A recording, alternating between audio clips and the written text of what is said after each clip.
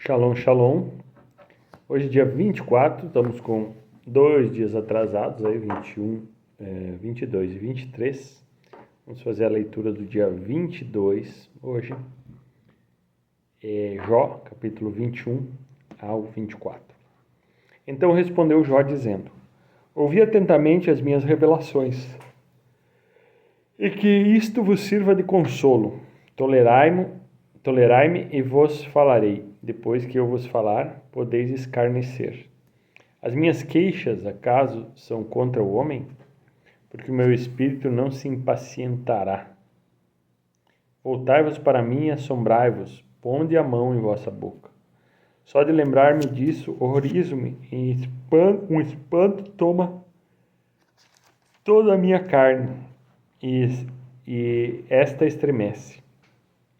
Como os perversos sobrevivem, envelhecem e ainda prosperam no seu poder? Os seus filhotes se estabelecem diante da sua presença e a sua prole se estabelece diante dos seus olhos. As suas casas estão em paz e sem temores. Tampouco a vara de Deus se volta contra eles. O seu touro gera sem fracasso. A sua vaca dá luz sem malograr a sua cria, e não aborta. Soltam seus filhotes como rebanho de ovelhas, e eles saltam de alegria despreocupantemente. Cantam ao som do tamborim, da lira, e se regozijam ao som da flauta. Transcorrem os seus dias em prosperidade, e em tempo baixam pacificamente à sepultura. Entretanto, esses são os que respondem a Deus: aparta-te de nós, pois não desejamos o conhecimento dos teus caminhos. Quem é o Todo-Poderoso para que nós o sirvamos?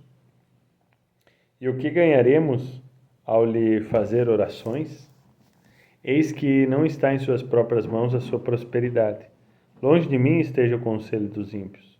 Mas quantas vezes a lâmpada dos iníquos se apaga, e a tragédia cai sobre eles? E quantas vezes a sua ira, Deus reparte sobre eles calamidade? Quantas vezes são como a palha diante do vento, e como o restolho da palha que o redemoinho arrebata? Dizeis que Deus reserva para os filhos a iniquidade do pai perverso, que ele mesmo tivesse a retribuição do mal para que o sentisse, que os seus próprios olhos vejam a destruição e que ele mesmo beba a ira do Todo-Poderoso. Que prazer ele tem em sua casa depois de morto, sendo que o número dos seus meses já está fechado? Acaso alguém poderia ensinar a ciência a Deus, sendo que ele governa os fortes que estão nos céus?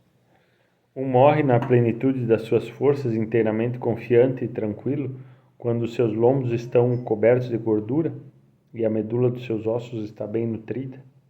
E o outro morre na amargura da sua alma, sem nunca ter provado o bem. Jazem no mesmo pó igualmente, os vermes os cobrem. Eis que já conheço os vossos pensamentos e as maquinações que planejam contra mim. Porquanto dizeis: onde está a casa do príncipe, onde está a tenda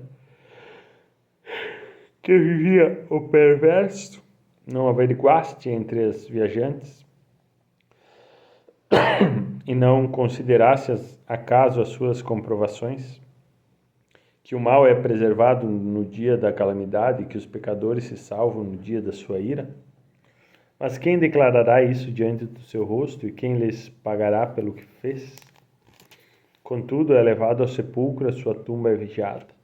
Ele dizia que os torrões do vale são doces, pois todos os homens marchavam após ele.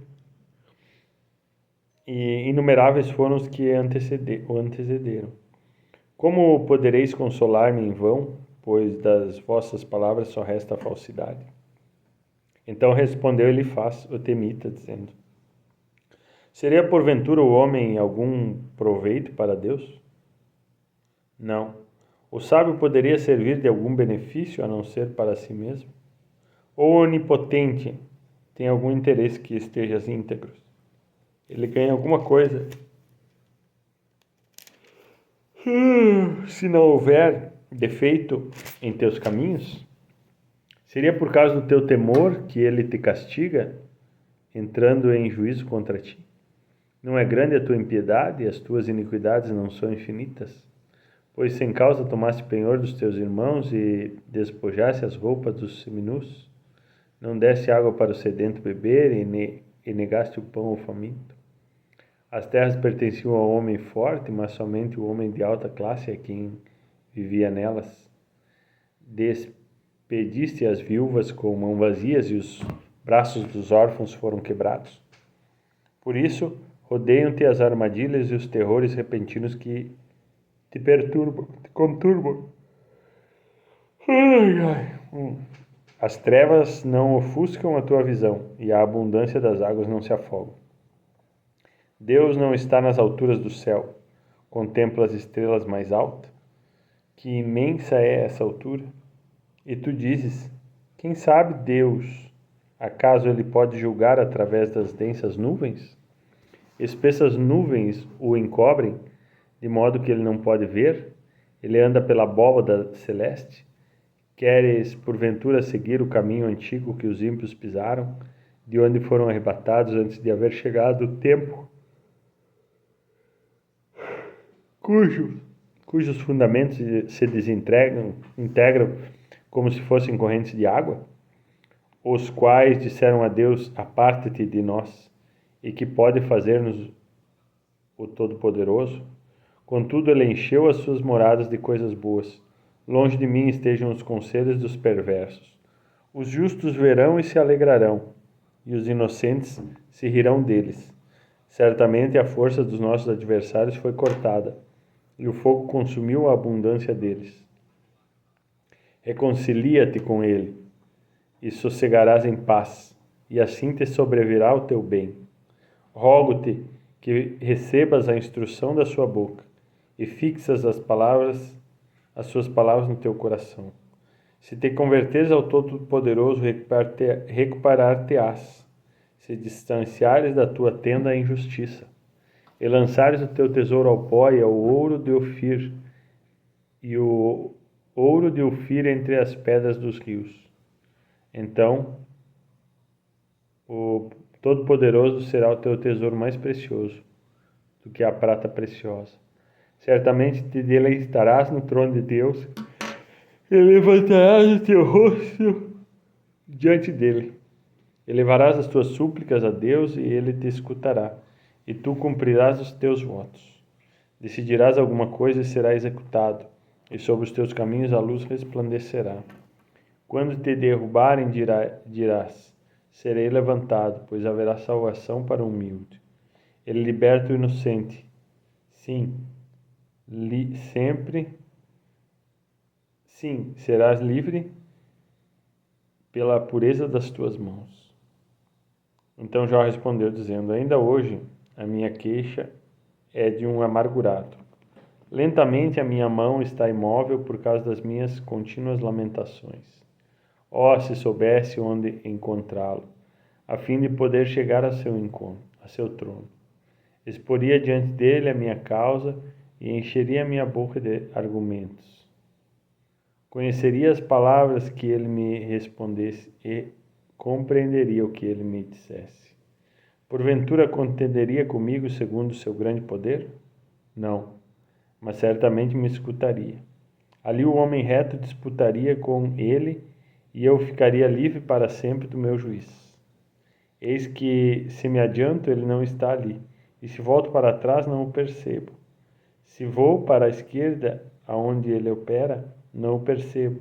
Se me volto à direita, não posso vê-lo. Mas ele conhece o caminho por onde estou seguindo. Se ele me pusesse à prova, sairia puro aos seus olhos, como ouro.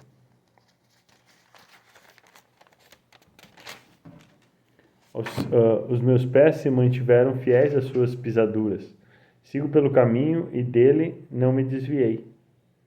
Não me desviei do mandamento dos seus lábios, tenho entesourado as palavras da sua boca, mais do que os nutrientes que para mim foram prescritos. Mas, se ele decidir quem poderá dissuadi-lo, aquilo que a sua alma almejar, isso há de fazer, porque cumprirá o que me foi designado e muitas de tais coisas ainda estão com ele. Por isso temo diante da sua presença. E quando atentamente medito nisso, fico atemorizado. Sim, Deus me fez desfalecer o coração e o Todo-Poderoso me atemorizou. Porque não fui destruído diante das espessas trevas, e nem o meu rosto foi ocultado com obscuridade. Porque os tempos do juízo não foram ocultos pelo Todo-Poderoso, e porque os que ele conhecem não prevêem tais dias. Sabemos que há os que removem os limites, roubam os rebanhos e com violência os apacentam. Os que levam o jumento do órfão e penhoram a vaca da viúva, e se apartam do necessitado, de modo que os pobres da terra se entrincheiram juntos. Eis que os jumentos selvagens no deserto saem para o seu trabalho, buscando ansiosamente o seu sustento. O ermo prevê pão para eles e para os seus filhos. Cortam as suas forragens no campo e despojam a vinha do ímpio. Dormem toda a noite nus e sem roupas, e não têm com que se cobrir do frio. Então, banhados pelas torrentes das montanhas, e se abraçam na rocha por falta de um refúgio. Aos que arrebatam o órfão de pai do peito da sua mãe, e tomam em penhor os pertences do pobre. Peregrinam nus e sem roupas, e sentindo fome, carregam os gravetos. Espremem azeite entre os muros daqueles homens, pisam a uva e sofrem sede. Da populosa cidade os homens se lamentam, e a alma do ferido clama. Mas Deus não escuta os seus clamores.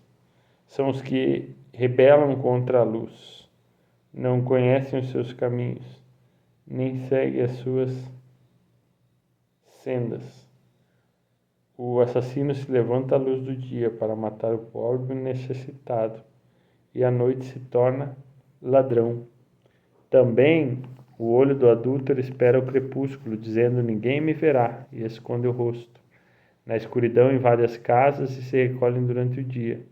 Não conhecem a luz.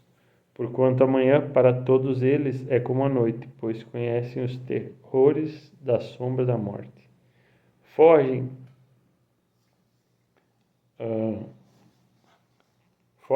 ligeiros da superfície da água, suas possessões são malditas da terra. Não voltam pelo caminho das vinhas. Como a seca e o calor consomem as águas da neve derretida, assim será o Sheol para os que pecam.